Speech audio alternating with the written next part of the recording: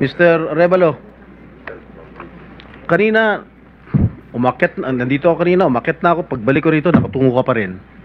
Sino ba talaga kausap mo dyan? Buksan mo yung mic. Wala po, Your Honor. Pero ka ba, abogado? Yes po, Your Honor. Ikaw may-ari ng Wawaw. Opo, Correct? Your Honor. Ano ba yan? Sole proprietorship, partnership, or corporation? Sold po, Your Honor. Sole, ikaw lang. Magkano Oh. paid up capital? Magkano capital mo dyan? Nung una po is 9 million po, 2017. 9 million. 2017 po, nag-start po kami. 2017 17 po. up to now. Hindi po. Sole proprietor pa rin hanggang ngayon. Apo. Okay. Paano ka naka-garner with 9 million as your capital? Paano ka nakakuha ng malalaking proyekto sa DPWH? Nag-start lang po kami nung 2019 po na may nagka-project po. 2019? Opo. Sino kausap mo? Wala po, Your Honor. Wala po. Wala kang kausap? Wala po. Okay. Involved ka sa Ghost Project? Your Honor, I invoke my right to self-incrimination, Your Honor. Ano nga? Pakiulit. I invoke my right for self-incrimination, Your Honor. What?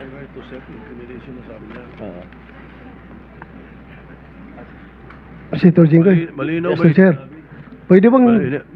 Linawin muna natin yung sinabi kasi ang narinig ko, I invoke my right to self-incrimination. Against incrimination, Your Honor. Against eh. Plus, Mr. Chair, dapat tumingin ka rin sa nagtatanong mo, Mr. Wow. Ay, huwag ba tumingin sa amin? Huwag kang kausap mo. Yuko ka na, yuko dyan. Lamisa yung kausap mo eh. Senador yung nagtatanong sa'yo. Harapin mo rin. Thank you, thank you. Anong pangalan niya? Arevalo. Mr. Arevalo, meron kang abogado? Yes po, Your Honor. Is he here? He can give you legal advice. Yes po. Yeah. Nandiyan ba, abogado mo? Nasaan ang abogado mo, Mr. Arevalo?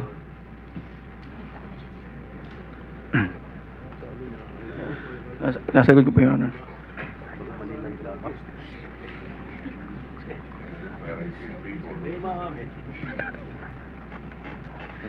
Hindi po. Tinatakot pa lang ito.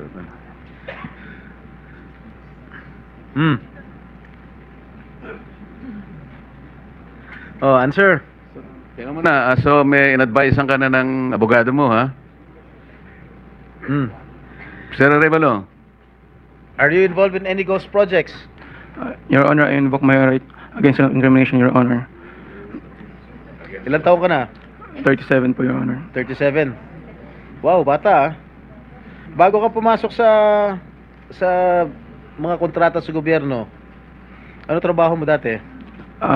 May mga, may nasa construction company po ng kamag-anak po. Kamag-anak mo? Gaano kalapit yung kamag-anak mo? Tatay mo ba yan? O pinsan? Tsuhin? Mga kamag-anak lang po, tita po. Sino ang kamag-anak? Kung namin kamag-anak. Tita po. Ha? Mga tita po. Tita mo? Nasa construction business? Opo. Tinuruan ka? Naglayasan po muna po. Ha? Layasan po. Ano yung mga proyekto mo?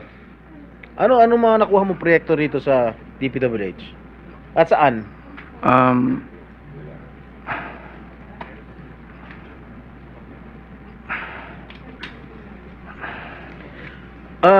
Mr. Arevalo, alam mo, malamig na malamig ulo ko ngayon ha. Pero pag ikaw, tumingin ka ng tingin sa cellphone mo, hindi ko alam kung ano binabasa mo dyan, humarap ka sa amin. Opo. Yes po, Your Honor. Ikaw may-ari nito, di ba? Yes po, Your Pwede Honor. dapat alam mo. Ano yung mga proyektong na-awardan sa inyo ng DPWH? At saan-saan? Ano po, Your Honor? Hindi ko po na alam po yung exact number po. Gusto mo ako magbigay sa'yo? Kung saan-saan yung mga project mo? Gusto mo ako magsabi sa'yo? Come on. You're wasting our time. It's already 1:45. May session pa kami alas 3. At marami pa magtatanong. That is what I was trying to advise everybody. Kasi po, gagamitin sa session mamaya ito, 3 o'clock. Kaya nililimit po namin ang sarili namin na magtanong. So, Mr. Chair, Senator kung hindi naman Jinggoy, hindi sumasagot agad-agad dito, how can you deduct it from my time? Hey, Mr. Arevalo, Yes po, sumagot ka Yes po, agad. Your Honor. Ha? Yes po. Oh, alin-alin yung mga proyekto na na-awardan sa'yo ng DPWH at saan-saan to? Meron po kaming sa QC po, sa Metro Manila First. Meron din po sa Quezon. Bulacan. Your Honor, I invoke my right against self-incrimination, Your Honor. Anak ng patingo. Tinatanong ko, how can my question incriminate you? Tell me. Tinatanong ko lang saan yung proyekto mo. I invoke my right against self-incrimination? Sorry po, Your Honor. Ha? How can that incriminate you? Tell me. Pinapainit ng ulo namin dito eh. may incriminate siya kasi nga, hindi niya may tuturo ko siya dahil ghost project siguro. Oh, Dahil po may mga usapin na na may mga allegation po na mayroon nga pong anomalya. Kung magsasalita po ako, pwede po magamit laban sa akin. oo nga. Simple lang naman. Wala na ako tinatanong sa'yo kung ano. Tinatanong ko lang, saan itong mga proyektong na-awardan sa'yo ng DPWH. Ang dami mong binanggit na probinsya. Quezon. Ano pa? Ano binanggit niya? QC. Karamihan ito, Bulacan eh. Ba't di mo mabanggit ang Bulacan? Ha? Meron ka pa nga San Juan eh. Hindi po binabanggit eh.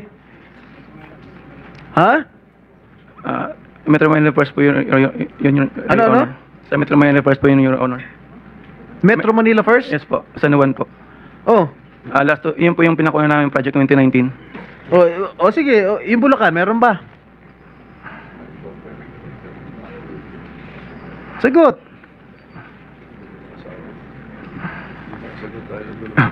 Your Honor.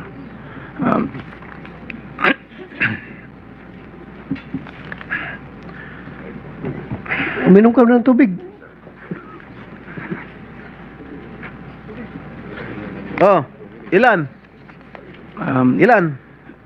Di ko pa sigurado, Your Honor. Oh, dito base sa record namin, meron kang 42 projects sa Bulacan.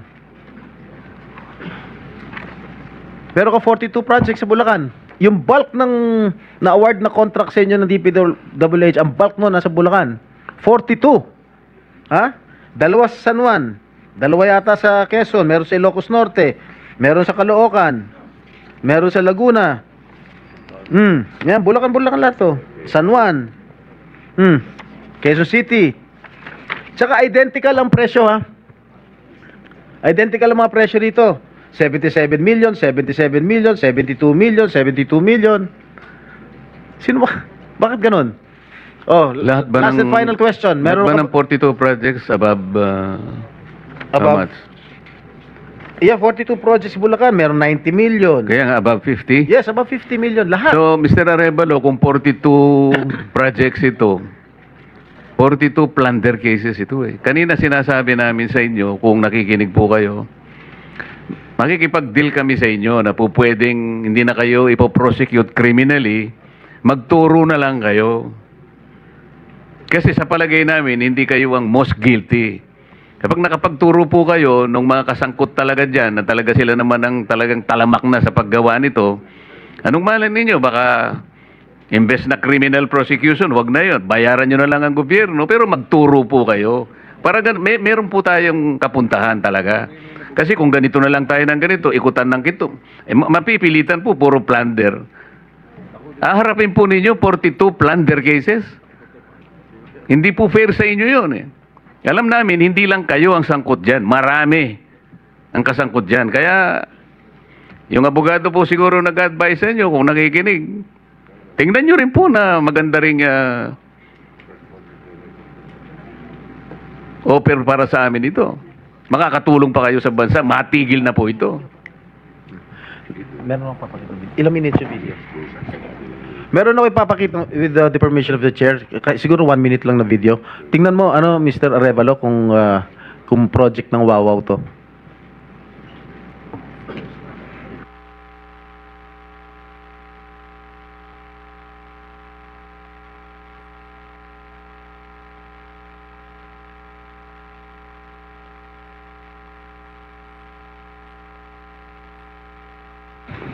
Familiar ka dito? Familiar ka, Mike? Hindi po, Your Honor. Hindi. Dahil, hindi ka nga talaga magiging familiar dahil ghost nga. Tama? Yan. Ang nakalagay dyan sa report, completed. Nakakubra ka na. Nabayaran ka na ng gobyerno. Pero, hindi pa completed. Tama ba, Miss Cabral? Are you aware of this? Ngayon lang po na nakita yung video, Your Honor. Na hindi kompleto, di ba? Pero bayad sila. Wala po akong nakikita. Sa Hagonoy, Bulacan. So, hindi mo alam, Mr. Arevalo? Ngayon ko lang din po, Ha? Ngayon ko lang din po nakita yung video, Your Honor. Oh, talagang hindi mo makikita dahil hindi mo naman alam. Kasi nga ghost. Di ba? Alam mo, nag-iisip na ako kung isa-cite kita yung contempt dito eh. Huwag mo lang ako subukan, please. Okay, babalik ka kita next hearing Miss Sarah. Mr. Chair, with the indulgence of the SP Pro Temp, Yes. interjection. Yes, Okay, please. provided it's very brief kasi Yes, very kulang na po brief, tayo Mr. sa Chair. panahon. Opo, very brief lang. Sabi nyo kanina, and salamat po sa SP Pro Temp at Mr. Chair. Salamat, sabi nyo kanina, Mr. Arevalo, na meron din kayong mga proyekto, ang Wawaw, sa Quezon City sa pamamagitan ng Metro Manila First. Kasama po ba yon sa dalawa lang sa 254 flood control project sa Quezon City na may koordinasyon sa LGU ayon kay Mayor Joy Belmonte? Yes po, Your Honor. Yun yun. Yun din, Ano po yun, yung sa isa po, may letter na po dun for termination po. letter for termination. Yun ba yung sa Barangay Mariblo sa Quezon City? 2 pumping stations na nagkakahalaga na 282 million pesos na magkaharap? Check, yun po, ang di ko po masagot. Check po namin, Your Honor. Sige po, pakipaalam nyo sa komite namin sa pamamagitan ng aming chair. Salamat, Mr. Chair at SP Pro Thank Tem. you. One last question, Oh, Mr. last Chair. question. Yeah, Mrs. Diskaya, meron bang pagkakataon yung siyam na pag-aari mo ng construction company, meron bang pagkakataon na sila naglalaban sa isang bidding, sa isang kontrata? Hindi po. Sigurado ka? Pag makakuha ako ng record Pagpapakaalam sa ko. DPWH na si St. Timothy, si St. Gerard, si Alpha Phi Omega, sino pa? Si Alpha and Omega and St. Gerard, hindi po sila nagsasali sa isang bidding. Okay Pero nga. yung ibang licenses, magkakasama sila minsan. And then, so minsan naglalaban-laban yun, Sham. Yes po. Oh, so that is not a legitimate bidding. Dahil yung siyam na yon na naglalaban-laban sa isang award sa isang kontrata, iisa lang ang may-ari. So kahit sino doon, kahit sinong manalo doon sa bidding na yon, ikaw ang panalo. Dahil sa iyo lahat yun eh. Correct? Tama?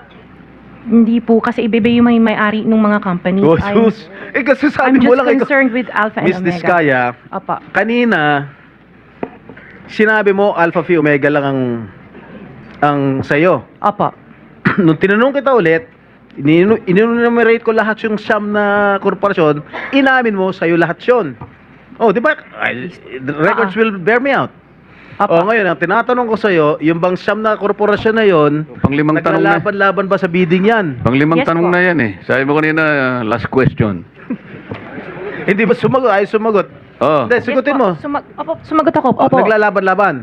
Opo. So pag naglalaban-laban yung siyam na korporasyon sa isang kontrata, at kung sino manalo ron, kahit isa sa siyam na manalo, sa'yo pa rin yun, ikaw pa rin ang panalo. Correct? Opo. Oh. Senator Erwin. Ang tanong